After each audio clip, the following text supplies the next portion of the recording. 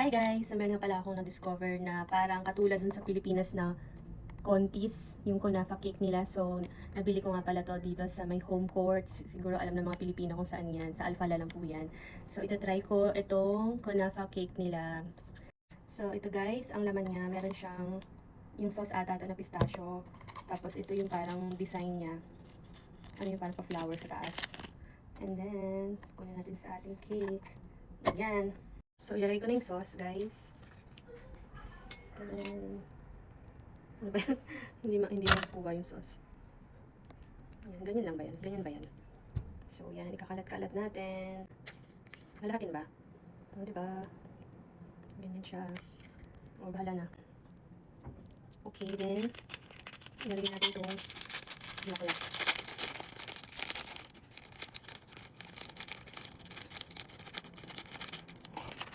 Ayan. So, nilagay ko na lahat ng mga ingredients. May ingredients. Gagantiin ba siya? Hindi eh. Ah, okay. I know. Tanga mo, girl. Gagantuhin pala siya. Gagantuhin. Ganyan siya. Oh, wow. Wow, wowee. So, the moment of the truth. The moment of the truth.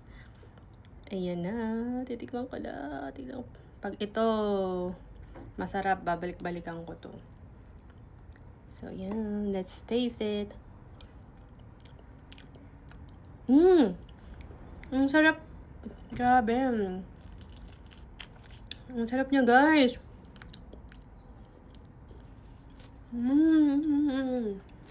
Sobrang sarap. Mas masarap to dun sa kinain ko last time. Para talaga tong Contis, siguro. Kasi kung pa naman natitikman yung Contis, oh. Harap niya, guys. Pili na kayo. Mabibili nyo nga pala to sa home court. 25 yung ganito kaliit. Tapos meron silang malaki.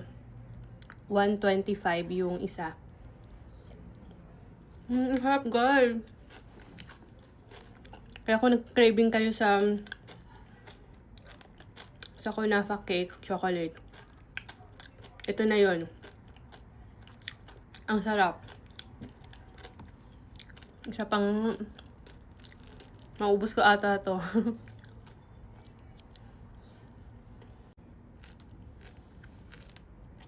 Actually, wala akong planong kumain ito. Nakita ko lang to nung kumain ako sa home court. Mukha siyang masarap. At masarap